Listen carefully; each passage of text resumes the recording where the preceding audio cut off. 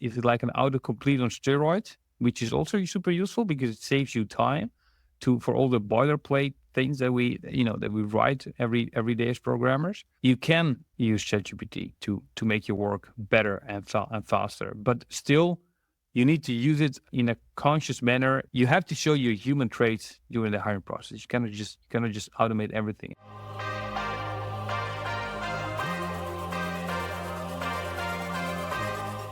Gio, welcome to the Objective Hiring Show. Thank you so much for joining us.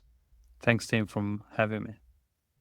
No worries. It is our sincere pleasure. And I think the best place to start is the place that everyone is starting and talking about these days, which is AI. So AI is impacting so many bits of society, about the way we think, about the way we consume information. And I'd love to zone in on how you've already seen it impact hiring. Have you started using AI in your hiring process? Have you seen candidates use AI as part of their application process to your roles? I actually seen two trends. So one is the automation part, which is not really AI, but people still think associated with it a lot. And the other is the, let's say, proper AI. Let's say the machine learning in the background. And when it comes to automation, I think that's it's kind of the low hanging fruit, because of course you can automate a lot of things in your hiring process, from filtering based on some properties of the candidate's application and some questions that you ask when they have to apply, and I think it's still super useful, and it also contributes a lot to give you good data about your hiring process, because once you are automating stuff, probably the data quality goes up, because suddenly things get filled automatically, and that's really crucial when you want to tweak the process. So this automation really improves the metrics and the insight that you have in the process. The second part is AI, and I think the way we use it currently is mostly on the basically on the computer vision parsing side of the applications we receive, and probably you know it or not, but the type of CVs that we get in have all sort of shapes and forms, and having a model basically automatically extract the relevant information for us speeds up the triage of new candidates, and that's really helpful. Again, it's one of those things that there's not a lot of controversy around it, to whether to use it or not, but it saves you so much time.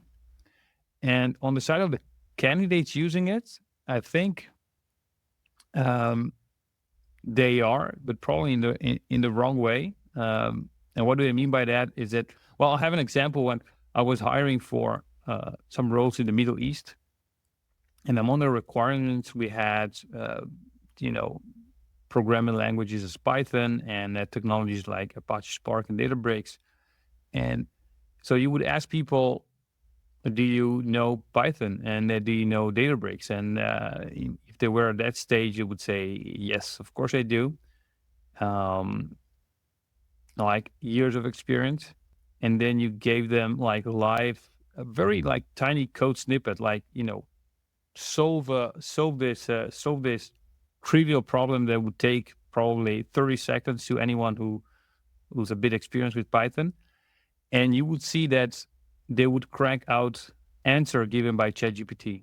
And I know that because I myself use ChatGPT to check, what would a candidate that uses the tool give as an answer, and I was getting the same type of answers. So basically, they were using AI to fix that, to fix their lack of experience.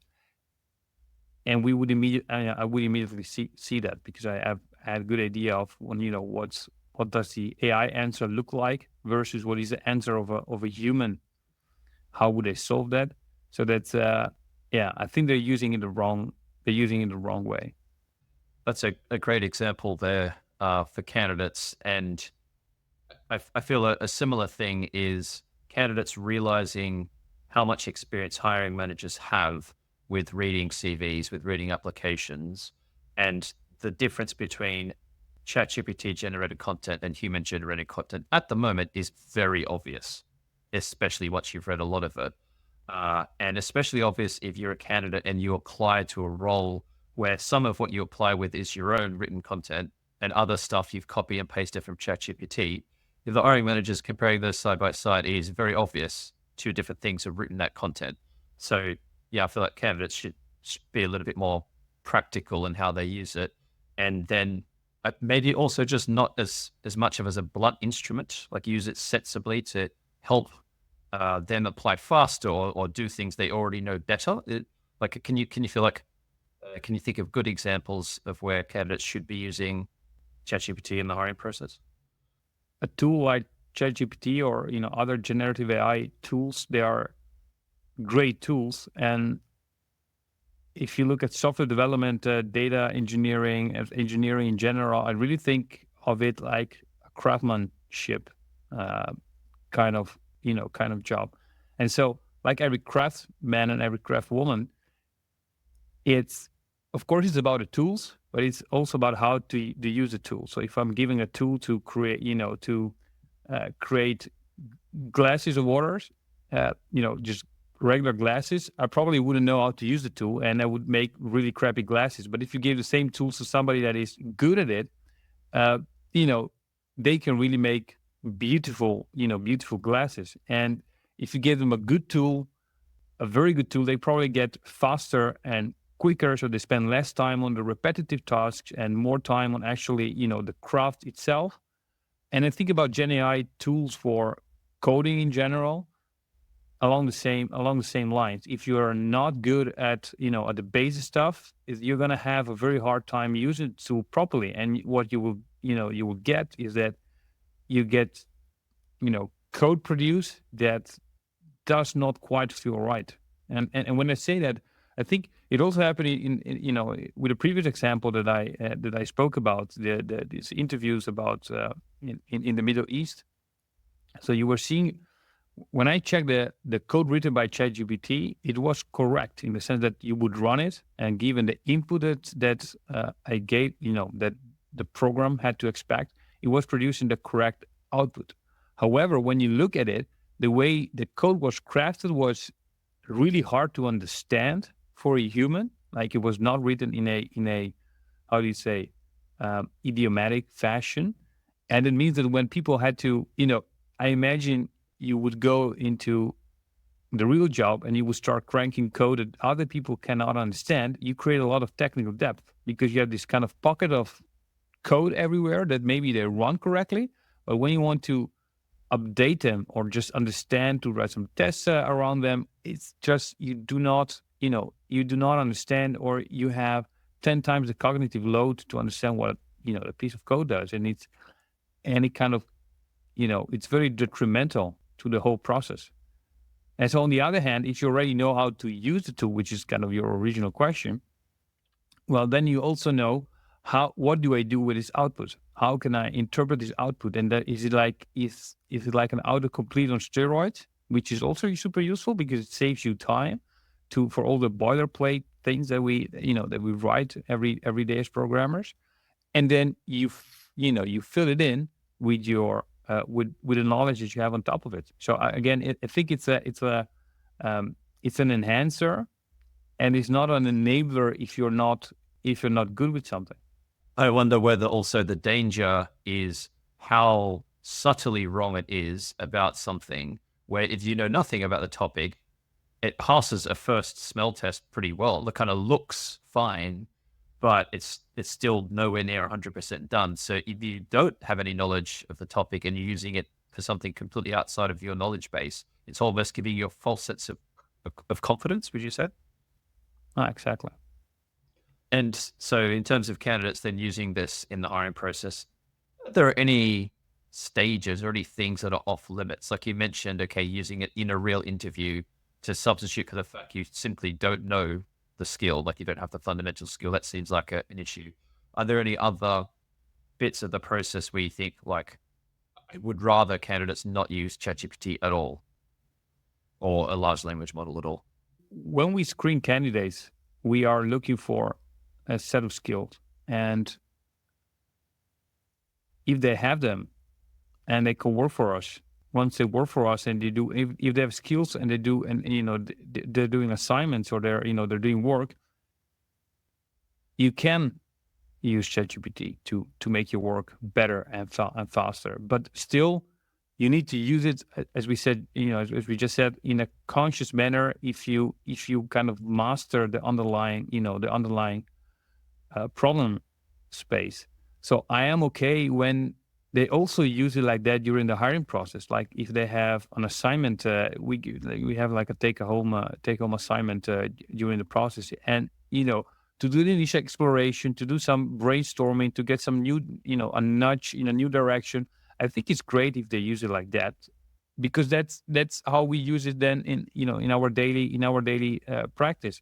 But once you start going beyond that, again, you found a wall that's too high to climb for you. I don't think ChatGPT will get you there. You already need to be able to to climb that wall. ChatGPT will get you there faster. But if you're not, if you don't have the underlying skills, I wouldn't put a kid to climb a steep wall where they can hurt themselves. They have to be, they have to be trained. They have to be a bit more, prepared. And then, you get very good shoes or whatever to do the climbing a bit faster, but not, you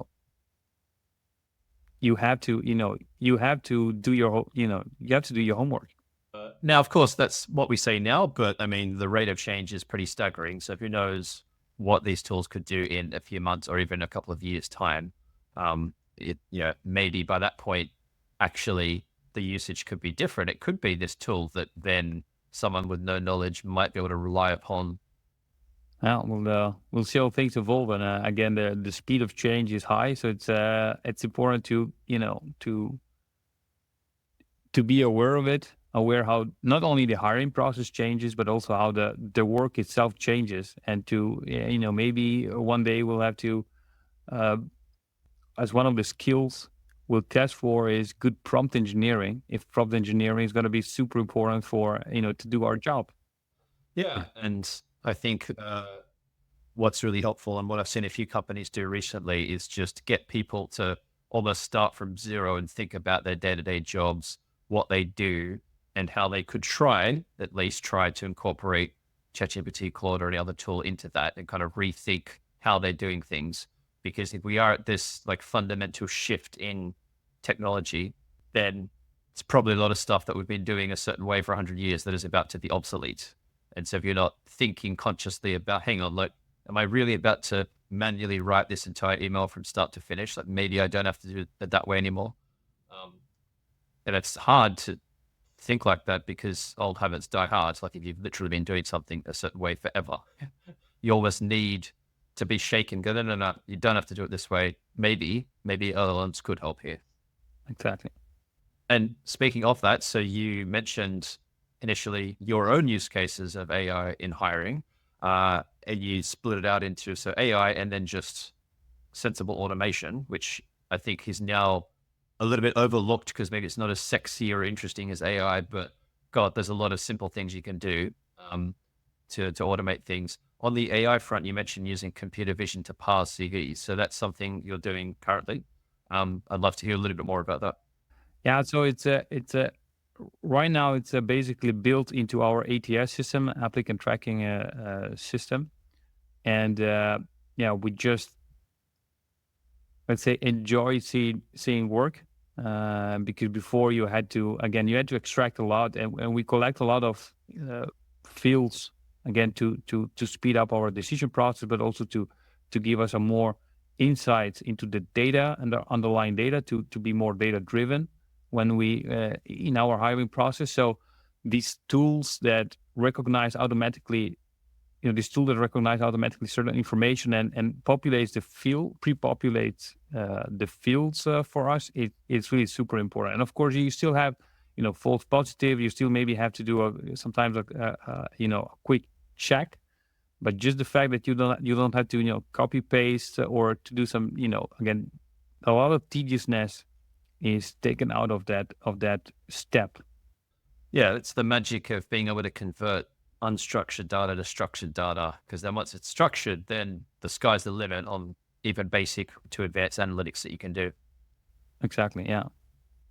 And okay, so using this computer vision tool, is this something you've built and embedded into the ATS, or is it an offering from the ATS itself? Like, I'm keen to hear a little bit more about it. Yeah. It's an offering from an ATS itself. So we are, yeah. I think it's something that you have to turn on and you have to configure a bit, of course, the mapping, the fields, and those things. But the hardcore modeling is taken care of by the ATS itself. And so what is the end output of that? Is that giving you like a score of an application, or stack ranking them, or categorizing them in some way? No, the major output is that it's pre-populating fields. Then we then use it, during the hiring process, either taking a decision whether to continue or not with the candidate, or to focus on a particular area. So it's not taking decisions for us; it's getting us insights. Which, again, the hiring process is very, people oriented, of course, because we're dealing with people. So I think I would not. I don't think the tooling is ready to start taking decisions automatically, unless it's an easy filtering mechanism. Like, do you speak Dutch? Yes or no? What's your English proficiency? I think those are. I wouldn't even call them decisions. I would call them rules rather than decisions. But then to go one step further and say, does this particular set of skills or the combination of skills that the candidates have, match what we have in a fuzzy way, a more like statistical way?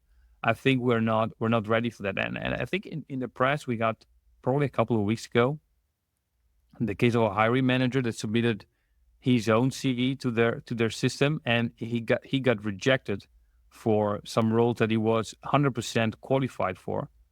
And so, some confusion ensued in the HR department of that company, which maybe was even Microsoft that was leveraging this. So it was I think a high impact case last month. Yes, I have quite mixed feelings on this myself, because it's I feel like at the moment our expectations over AI and technology are too high, and we're focusing on the one negative example and missing the thousands of current negative examples of the current way to do it. So I'll give you an example of that. And there's been lots of studies around the world looking at CV screening, and your odds of getting a callback for a role, depending on your name on the CV. And so in Australia, there was one a few years ago, the University of Sydney did, which they got thousands of different CVs, grouped them into 3 groups. First group had a white first name, white last name. Second group had a white first name, Chinese last name. Third group had Chinese first name, Chinese last name. They then applied en masse to thousands of different jobs, different industries, different levels all around Australia, and then measured the rate at which they got a callback. And the only difference among these 3 sets of CVs was just the name. They were otherwise equivalent quality, experience, blah, blah, blah. The first group of CVs got a 12% callback rate. The third group of CVs got a 4% callback rate. So if you applied to a job in Australia with a Chinese name, you have only 1/3 the chance as if you applied with a white name. So that's like the current situation, which is obviously very unfair, beyond belief.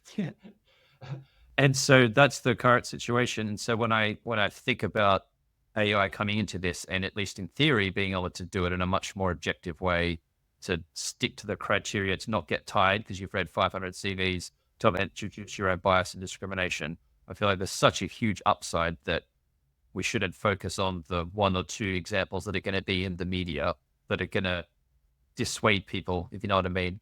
What are your thoughts on that? When you think about discrimination, you have to build some safeguards in your process. And so it's the fact that you remove parts of the CVs that are that could be used in a discriminatory manner. I think it's super important. I believe Google does it with there are people that write the evaluation, and they have to strip out some details, and then there's another committee that looks at that. I think that's one way to remove the bias in your process, but it has to be conscious, right? Uh, you have to consciously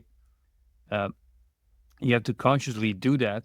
And even if you have AI to aid you, but you're still going to use the name or the gender of a person applying that, even if you use AI, you will still get a bias. Even if you use AI, but the data it was trained on was biased data, you will get biased results in your modeling. So it's important, again, whether you use AI or not, to think about the ways it could go wrong, and then put up some, guardrails or, around that. So, and it's also important to know what the guiding principles that you have as an organization, and also the guiding principle of, about the,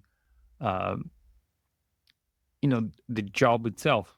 So if you have, again, sometimes you have to discriminate based on some conditions if you operate in a certain market. So for example, if you are a consultancy and the majority of your customers, they would not hire a consultant with a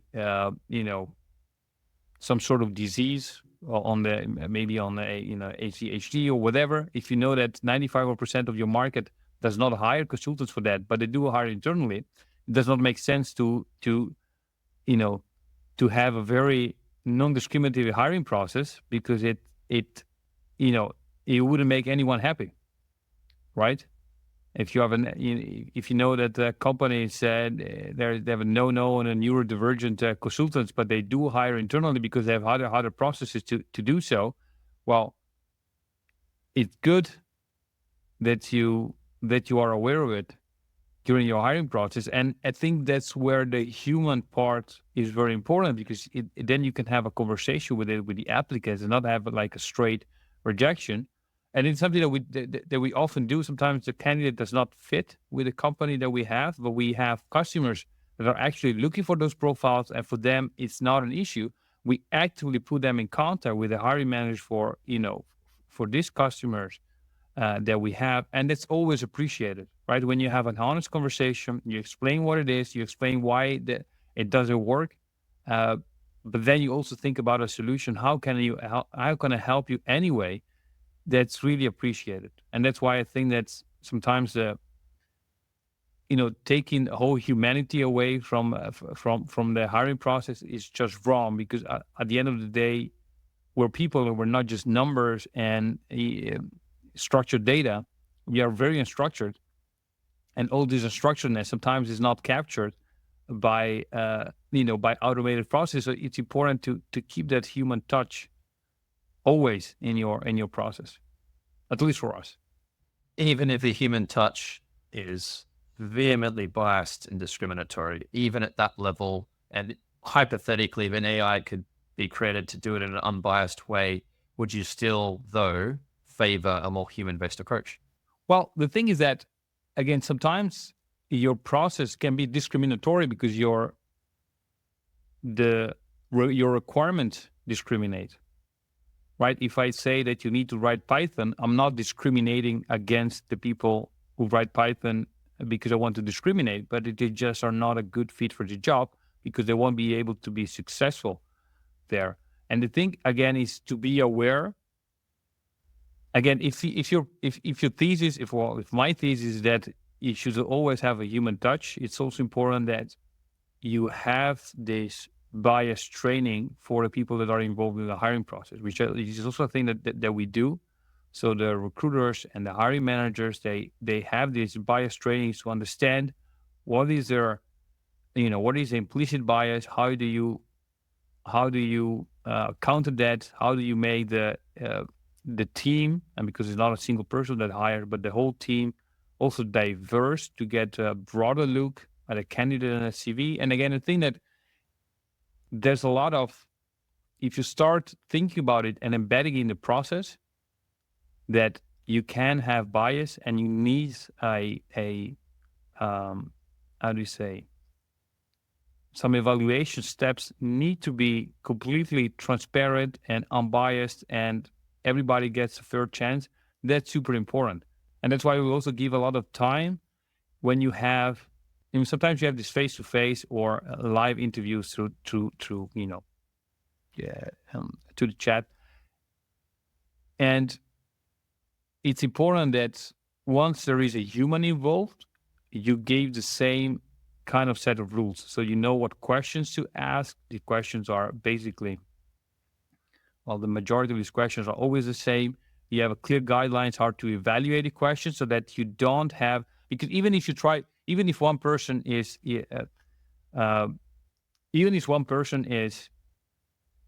wants to be or tries to be unbiased, sometimes we interpret questions differently. So giving some clear guidelines on how to interpret them and ensuring that everybody interprets them in the same way, it's super important. And again, how do you ensure that?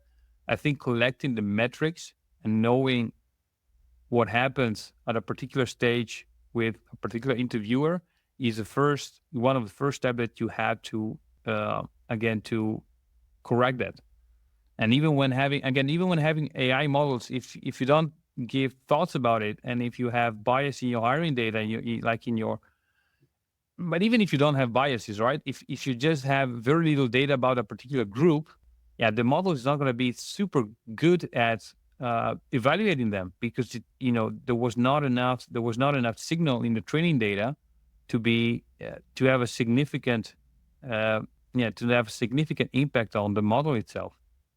I feel like a lot of this overall problem could be solved with just consciously bringing forward and writing down exactly what the criteria are in as black and white terms as possible.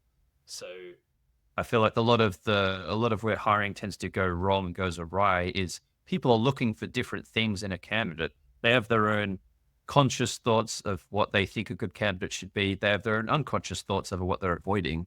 And if we just committed everything down and said, no, here's the 10 criteria. We agree on this 100%. We're not hiring this person unless they meet these 10 things, whatever they are. Could be soft skills, could be values, could be technical skills, because then it's on paper. And then you wouldn't get scenarios like people with a Chinese name getting rejected, either through unconscious bias or discrimination. And then I would have thought, again, in theory, at some point, some kind of automated system could go, well, we ranked these people. We looked at their interview answers. We looked at their test score. We looked at their CV. We looked at their LinkedIn profile. Here's how we rank them against these 10 things. Here's who we think you should hire. Because I feel like then the only thing that could happen is maybe we missed a criteria, like we forgot about something, or there's something that's just completely immeasurable that is important that an AI could never understand, like some kind of gut feel intuition. Like do you feel like the end process or the end state is going this way, or is this not going to work for some fundamental reason I'm missing? Yeah. So again, I think it depends a lot on the type of candidates that you hire. In our case, we hire candidates for a consultant profile. So the interaction that they have with the customers, working in a team under stress, it's important. The kind of looks that they give you, how they make eye contact. I'm just finding it hard to right now to codify it properly, in the sense that a lot of it is basically, how do they make you feel?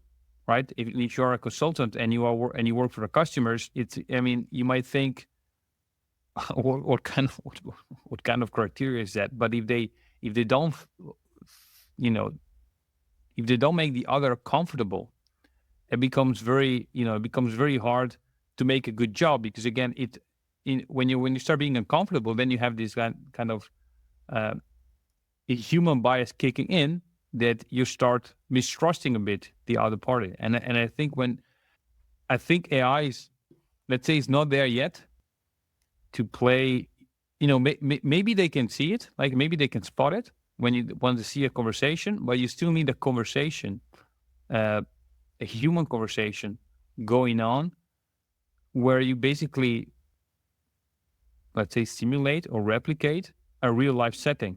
Because in the, again, it does not hold for all the roles, but for a consultant, you have a number of real life settings that are important that we kind of have a feeling again, speak about feelings, so that leaves a lot of room to open. That you have a feeling, how will they perform in real life? In real life. So that's uh, can we take it out completely, or can we get AI to help us? Absolutely, we can get AI to help us. Like, let's feed it the recording of this video and maybe see things that we don't see. Um, but there's still this human aspect is very important. Yeah, absolutely. And I wonder if when I hear this, I sometimes feel like it's the catch-all or this final thing that really matters. And then you just laid out a perfect example. If you're hiring consultants and part of the value to your business is how much revenue they bring in and how much they're booked in the clients, then obviously the client has to like them. Otherwise, they're going to get repeat business. You're not going to make as much money. It's like a one-to-one relationship between how likable they are and how valuable they are to your business. So that is like a perfect, to me, a perfect criteria to rank someone on. I wonder if it's just something that could be almost explicit in the process. So it's like, we've got all these things that we can measure. Here's this other thing. We're going to call it likability. It's worth 30%. Everyone in the hiring process is going to give this person a score out of 10 for likability. Then I feel like at least it's unpacked and it's like explicit in the process, as opposed to, oh, I just got a negative feeling about them. I don't quite know why or whatever. Like, you just said, no, I'm going to rate them on likability. What do you think of that approach? I think it goes back to the process. Like, how do you score people, and that's why we standardize a lot in our hiring process to be able to uncover these softer, skills or characteristics that are very important in your real life job. And again, there it's important that you have a standard. How do we phrase a question? How do we, create the most welcoming environment for the candidate? So it's not completely unbiased, but you try to give everybody the same playing field. But it's also a case where still the experience of the interviewer also plays a big role, right? Even though you have everything codified, the fact that you've done it 100 times, even if a candidate comes across as maybe as nervous in that particular moment, you know where the nervousness is coming from. And maybe there's nothing to do with some intrinsic things, but maybe they just told you that something happened at home, or, there's something on their mind, and that you take that into account. And knowing how to take into account it, again, it's something that we as humans are still, I think we still have an edge on AI. That sort of, that sort of evaluation capabilities. Even though, again, we lose that edge in some other areas, like when it comes to be perfectly objective when it comes to some candidates. Yeah, the AIs aren't in control yet. We still have our domain. What I'll be interested in seeing actually is, because I'll give you a related example I saw recently, a use of AI, which was in farming. And so to us, of course, as humans, the difference among human faces is massive. Like, you wouldn't forget the difference between your children's faces or your friend or whatever. Like, we can identify things very obviously as different. Whereas if we looked at cows look more similar to us. But AIs have been trained to easily differentiate cows' faces that to us look identical. And apparently the distribution of cows' faces is actually quite large, comparable mathematically to humans. And so I wonder whether AI is going to start to generate new insights that we haven't even contemplated before, that might add extra information, just data points that we're not even capable of processing. That would be amazing, I think. I think that's going to be especially valuable when you start, collecting more data. And by that, I means when you have an interview, like the one we have, I can pay attention by, just so many things. I can either look straight into the camera, or I can look straight into the monitor where I see you. And, I have to think about what I have to say. So I have a kind of limited bandwidth to pick up signals, right? But when you put an AI in it, it has, the bandwidth is almost unlimited. So they can pick up way more data about a conversation that I can do and you can do while we're having this conversation, right? It's about, not just where you look, but how you look, how you behave. Is that something like on your shoulders? Is like a muscle? Is are you is a muscle that is tense for a millisecond? Are you blinking too much compared to the previous 10 minutes? Something that, I wouldn't be able to count how many times I blinked during the interview and if my blinking frequency changes, but an AI can do it. And it could reveal a lot about, not just the interviewed, but also the interviewer. And suddenly, and it's also great to become a better interviewer, is suddenly you know that a particular thing that you're doing makes the other person more nervous in these kind of imperceptible ways, like how many times you blink. The same if you would, I don't know that if you could do it from just the camera, but if the camera could, you know, uh, infer your heart rate, I cannot do it by just looking at you what your heart rate is. But if a camera can do it, and that's like so much information that is valuable for the hiring process. Like if a simple question makes your heart rate jump, then maybe that you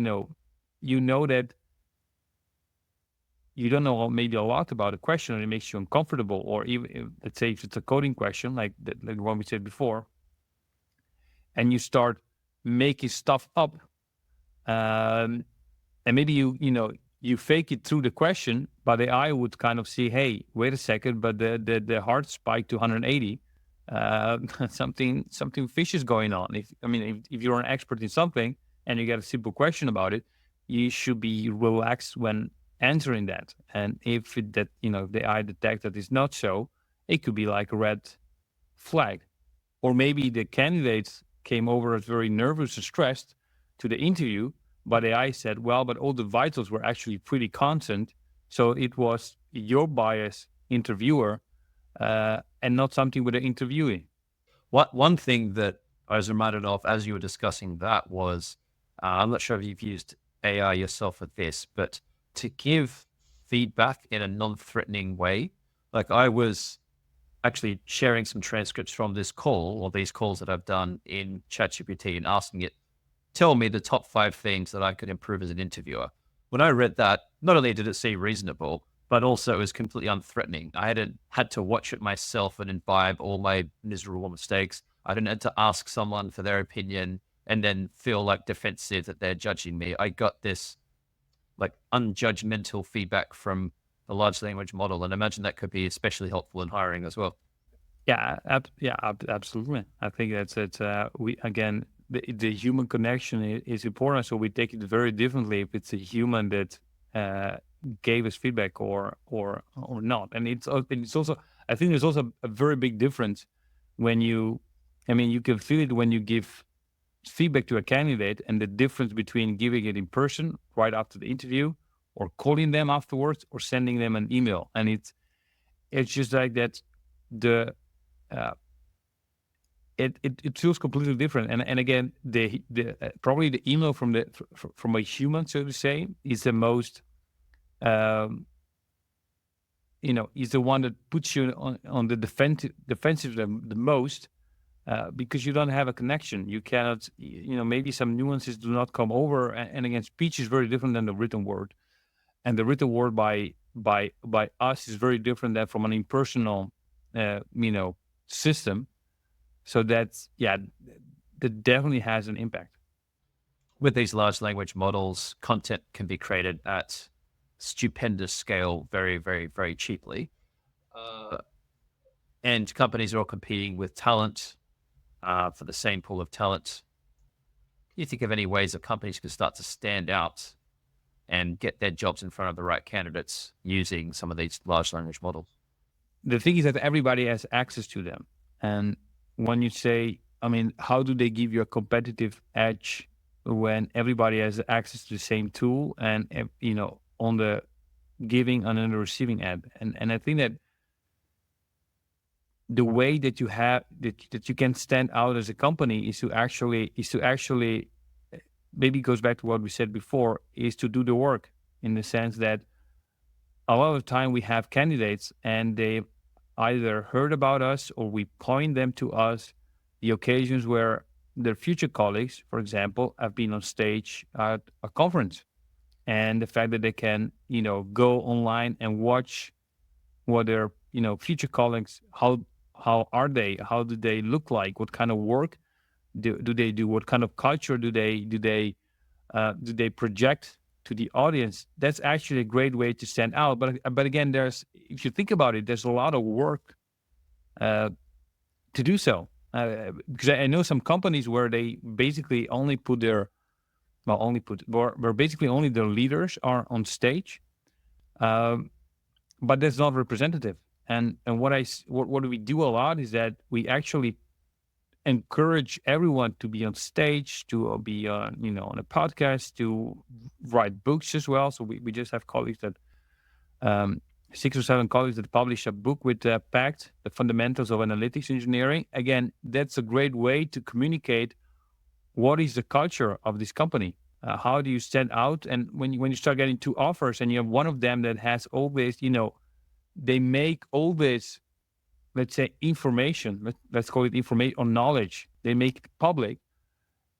Yeah, it starts to become a differentiator, and you start to stand out, and you start to think about, hey, wait a second, many things that I can read about a company or that they write to me could be, generated, but this stuff is real. So I think that having this connection with the real stuff, as opposed to the generated things, it makes companies stand out. As you say, it's doing the work. It's got to be authentic and high quality stuff. It's not a shortcut if everybody knows it.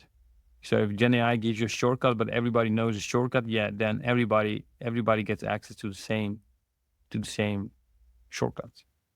And I wonder if, now flipping it around a little bit, I wonder if candidates should be thinking about this more. Like, if the current world is one where there's an increasing number of applications per role, candidates seem to be applying en masse to more roles. They feel like maybe they're not getting a fair go, sometimes going through that traditional job application process. If they had a bit more of a public presence, they had some content and a bit of thought leadership, would that then be a way for them to stand out as well? So I think at the beginning of my career, more than 10 years ago, I've been given a good tip about it. Because of course you can stand out when you have a public presence. You just, if you want to know how good somebody, can speak in front of an audience and you have recordings of a conference, that's amazing. That's an amazing way to do that. But not everybody had that occasion, especially at the beginning of their career. And they also probably at the beginning of their careers, they also don't have a lot of referrals to point people to. And what, the tip of being given is motivation. Why do you want to work for a company? It's a big thing. And you can read so much on the website, but it's still pretty dry. So when I read a cover letter and people have just looked at a website, and they might be genuinely motivated. Of course, it gives them an edge. But the bigger edge is that have to try to make contact with somebody within the company, try to, get a chat like the one we're having before starting the application process to know, do I really want to work in the company? And then what I hear during during this chat, I then put it in words in the cover letter. Yeah, that's a whole different level. So for, even for me as a hiring manager, I know that the candidate went to extra length about wanting to work for us because, again, they did the work. And now immediately they stand out. And so, but it's important that you are, that you truly are motivated about working at a particular company. If your strategy is saying, I'm going to send my CV to 100 of companies, probably you don't have, it doesn't really make a lot of difference who's going to respond, because you're sending it to 100 and you're probably going to interview with everybody that says, come over. But if you have, like, let's say a top 5, these are really the companies that I admire, I want to work with them, and you start reaching out to people there, you start talking about it. And it's also not just good for the company, it's also good for you because of course the company has a high cost whether you fall out during the, let's say, the probation period. But for you, the cost is just as high. Let's say you relocated from one country to the other to work for this company because they accepted your application, but then 2 months in you don't like it, and you're miserable the whole day. It's a tremendous cost for you as well. Maybe you had family, you had to relocate them, the new school for the kids, and 2 months in you're there completely disillusioned and you don't know what to do. Again, doing the work before, it also saves you big time there, not just the company, but also the person applying it. I think for me it was a great tip, and it's something that I applied again at the beginning, very fruitfully. Right. So it's almost de-risking it as well for the candidate. Like you might have your top 5 target companies, but you might not know enough really to know whether or not they are the right places for you to work at. You doing your research, you might discover, you know what, 2 of them are not for me. The other 3 might be. Yeah, it's de-risking and increases your chances at the same time. Because again, I don't think any hiring manager, upon reading a cover letter where the candidate says that they had already a chat or a coffee with one of the colleagues that can cite real examples that are not on the website, that are not out there. It's a big plus, because it's, even if you have when you have the parity of skills, same skills, but your motivation is just higher, then I know that retention is going to be easier because you're motivated, you're intrinsically interested in the company, you're interested in the mission that they have, in the value that we have, in the culture that we have. So it creates a better match. Yeah, I've got a real life example of this for candidates that might be helpful. So recent client we are working with, they have a product, like a B2C product, an app. It's a calling app, basically. And a no-brainer for the candidates before they'd had their first interview with this client was to download the app, play with the sign-up process, do a trial call to someone that you know, and come in with that first call with any level of feedback or understanding of the product. Like, oh, I used it. I really like these things. Oh, have you thought of adding this feature? Or I experienced this bug or whatever, like some genuine evidence of some level of interest will always resonate because it's authentic. It's really, you can't fake that. Oh, absolutely. I also hear about candidates that download the yearly investor report. They go through it. They cite it during the interview. And again, it's not just doing the work, but it's also about you being genuinely interested in what kind of company am I getting myself into, and it's something that not part of a job application, but just part of my own interest. I also read these investor reports and just seeing how the company writes, the clarity of thoughts that they show there. Again, it's something that maybe you could say it's a bit fuzzy, right? What is clarity of thought for me is different than what it is for you. But again, it creates a match between myself and the company, which is again super valuable. As a final question, Gio, I'm wondering if there's anyone in the data or hiring space that you personally learned a lot from that you'd like to give a shout out to. No, absolutely. So it's my ex-colleague Luc Feitsma. I'm gonna write it down for you offline. I'm using the Dutch pronunciation. I think that he helped us. Our company, I think he came in some 6-7 years ago, and he is the one that basically put in the automation on the recruitment process, put in all these guardrails to be able to, inform ourselves and prevent ourselves from having a biased approach to how we have we evaluate the candidates. And a couple of years ago, he also he won the best corporate recruiter of the year award here in the Netherlands. So it's a really, it's really somebody that, to me, he had this vision about how do we approach recruitment the right way. Again, using automation where we can, using all this tooling where we can to make our job easier at the end of the day, giving a better experience for the candidate, making them ambassadors to the for the company, even if they not end up working for us. So I think this is something that's really underrated. If you get 100 of CVs a day, that you maybe don't care that they become ambassadors. But if you put in again the work, and if you are thoughtful about it, having 100 ambassadors a day, it's a great, and it's a great asset, because it happened to us more than once. Then these people were rejected during the hiring process, and then they went work somewhere else, and there they needed our services, the services that we provide, and they called us. They just said, I know that we didn't, it didn't work out for us, but the experience was so good, that it was so thoughtful, and you just did a great job of selling the company to me, even though you at the end there was no match. Then I want to work with you. And it didn't happen just once or twice. It happens continuously. So every month or so, we get a request for somebody that was in the hiring process maybe 5 years ago. So maybe like a long time, they remember for a long time. And we get this really fruitful work collaboration afterwards. So that's why I nominated Luke, because from him, I learned that you have to show your human traits during the hiring process. You cannot just automate everything. And maybe an email is the only resource you have to communicate the feedback to a candidate if they don't pick up the phone and you cannot reach them or whatever. But that's the last resort. Try to talk to them, try to establish that connection, and make them, even though they didn't make it, make them proud of where they got, and the fact that, no hard feelings, it would just have not worked out. Wonderful. Well, Gio, it's been a great chat. We'll have to leave it there, but yeah, really insightful thoughts from you. And again, just so much thanks for you and your time today. Yeah, thanks to you, Tim, and thanks for having me, and thanks to everyone for tuning in.